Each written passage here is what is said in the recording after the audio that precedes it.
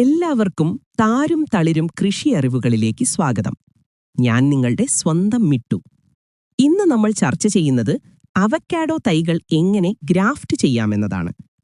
Tropical butter ചെടി നമ്മുടെ പറമ്പിലും നന്നായി കായ്ക്കും. ഈ ചെടികൾ എങ്ങനെയാണ് ഉണ്ടാക്കുന്നതെന്നാണ് വീഡിയോയിലുള്ളത്. എല്ലാവരും വീഡിയോ മുഴുവനായും കാണുമല്ലോ. ഇഷ്ടപ്പെട്ടാൽ ലൈക്കും കമന്റും നൽകണേ. എൻ്റെ പേര് ബിജു ആണ്. ഞാൻ കണ്ണൂർ ജില്ലയിലെ അടക്കാത്തോട് സ്വദേശിയാണ്. ഞാനിപ്പോൾ കോഴിക്കോട് ചിറയിൽ ഗാർഡൻസ്, ചിറയിൽ ചുങ്കം കൊണ്ടോട്ടി എന്ന് പറയുന്ന സ്ഥലത്ത് ചിറയിൽ ചുങ്കത്തിൽ ചിറയിൽ ഗാർഡൻസിലാണ് വർക്ക് ചെയ്യുന്നത്. ഇവിടെ ബട്ടർ, റംബൂട്ടാനും മാവൊക്കെയാണ് കൂടുതലായിട്ട് ഉൽപ്പാദിപ്പിക്കുന്നത്. പ്ലാവ് ഇതെല്ലാം കൂടുതലായിട്ട് ഇപ്പം ബട്ടർ ചെയ്യുന്നതാണ് നമ്മളിവിടെ. സാധാരണ ഇത് സ്റ്റോൺ ഗ്രാഫ്റ്റിങ്ങും വലിയ എപ്പിക്കോട്ട് ഗ്രാഫ്റ്റിംഗ് ചെയ്യും. ഇത് ചെറുപ്രായത്തിൽ തന്നെ ചെയ്യുന്ന രീതിയാണ്. ഇത് ബട്ടറിൻ്റെ തൈ മുളച്ച് പൊന്തി വന്ന കളറിൽ തന്നെ നമ്മൾ ഇതിൻ്റെ മുകൾ ഭാഗം കട്ട് ചെയ്യുക. എന്നിട്ട് ഇത് കിലോ ബട്ടർ എന്ന് പറയുന്ന ബട്ടറിൻ്റെ ഏകദേശം 1 കിലോ വെയിറ്റ് വരുന്ന ബട്ടറിൻ്റെ സയോണാണ് നമ്മൾ കളക്ട് ചെയ്തേക്കുന്നത്.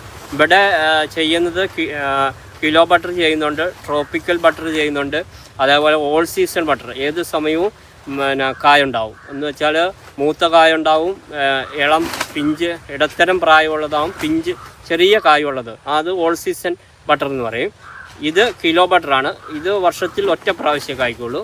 ഓൾ സീസൺ ആകുമ്പോൾ പല തവണയായിട്ടാണ് കായ്ക്കുക. അപ്പോൾ ഇത് കിലോ ബട്ടറിൻ്റെ സയോണാണ് നമ്മൾ എടുത്തേക്കുന്നത്. ഇതിപ്പോൾ ഇത് നമ്മൾ നേരെ റൂൾ സ്റ്റോക്കിനെ കട്ട് ചെയ്തിട്ട് നേരെ നടുവിലൂടെ കീറുന്നു. ഏകദേശം 1 ഇഞ്ച് മേലെ നമ്മൾ കട്ട് ചെയ്തു, റോൾ സ്റ്റോക്കിനെ കട്ട് ചെയ്തു. അതിനുശേഷം നമ്മൾ സയോണിനെ ഒരു ഭാഗം ചെത്തി അതിൻ്റെ നേരെ മറുപുറം നമ്മൾ ചെത്തുന്നു.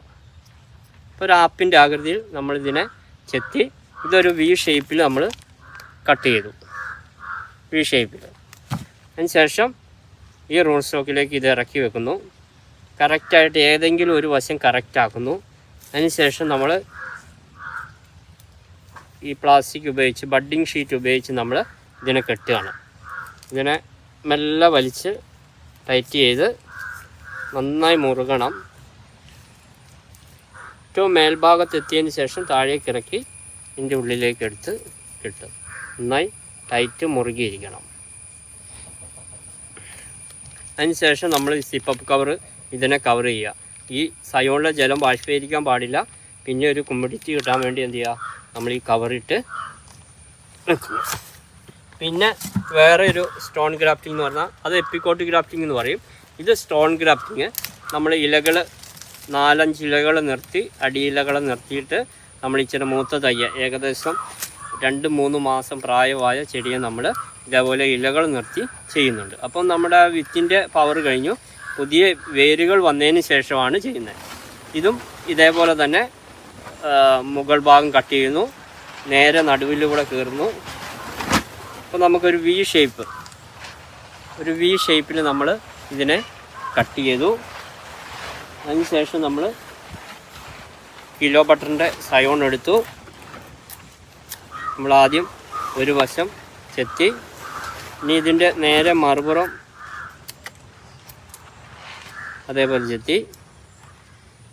അതിനുശേഷം റൂൾ സ്റ്റോക്കിലേക്ക് നമ്മൾ ഇറക്കി വെക്കുന്നു. കറക്റ്റാക്കിയതിന് ശേഷം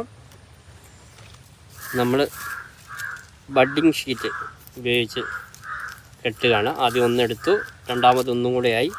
ഇടയ്ക്കാപ്പില്ലാതെ നമ്മൾ മേലേക്ക് ചുറ്റി കയറുക.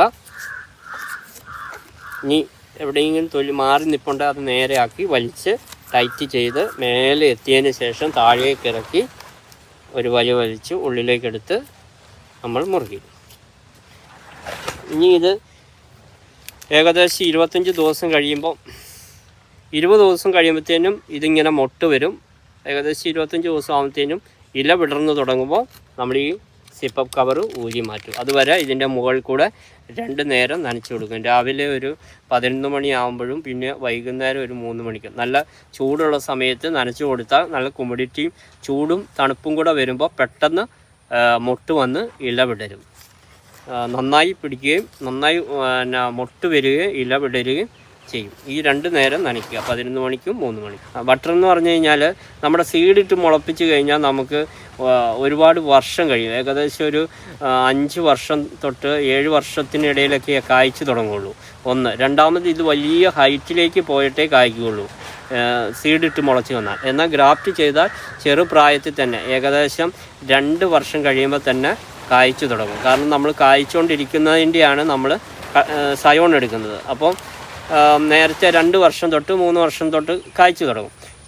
അത് ഒന്ന്. രണ്ടാമത് എന്നാന്ന് ചോദിച്ചാൽ ഇതൊരു ഭൂഗോളം പോലെ അധികം പടർന്നായിരിക്കും വരിക. അപ്പോൾ ഒരുപാട് ഹൈറ്റിലേക്ക് പൊന്തി പോവില്ല. സീഡിട്ട് മുളയ്ക്കുന്നത് ഒരുപാട് ഹൈറ്റിൽ പോകും. പിന്നെ വേറൊരു ഇതെന്ന് പറഞ്ഞു കഴിഞ്ഞാൽ നമുക്കിപ്പം കിലോ ബട്ടർ ആണെങ്കിൽ അത് മുളച്ച് വരുമ്പോൾ കിലോ ബട്ടർ ആകണമെന്നില്ല, മാറിപ്പോവും. വിത്തിൽ സീഡിൽ നിന്ന് എല്ലാം മാറിപ്പോവും. അപ്പം ഗ്രാഫ്റ്റോ ബഡോ ചെയ്താൽ മാത്രമേ നമുക്ക് അതേ സ്വഭാവം, അത് കായ്ക്കുന്നത് എത്രത്തോളം കായ്ക്കുന്നുണ്ടോ അതേ സ്വഭാവമായിരിക്കും, അതിൻ്റെ അതേ മണവും ഗുണവും ടേസ്റ്റെല്ലാം ഒരേപോലെ ആയിരിക്കും. അപ്പോൾ ഒരേ രീതിയിൽ വിളവും സംഭവം എല്ലാം കിട്ടാൻ വേണ്ടി നമ്മൾ ഗ്രാഫ്റ്റിംഗ് ചെയ്യുന്നു. ചിറയിൽ ഗാർഡൻസിൽ വിൽക്കുന്ന എല്ലാ ബട്ടർ തൈകളും ഈ രീതിയിൽ ചെയ്തിട്ടാണ്, നമ്മുടെ ഇവിടുത്തെ പ്രകൃതിക്ക് അനുയോജ്യമായ രീതിയിലുള്ള സയോണുകൾ കളക്ട് ചെയ്താണ് ഇവിടെ ചെയ്തു വരുന്നത്.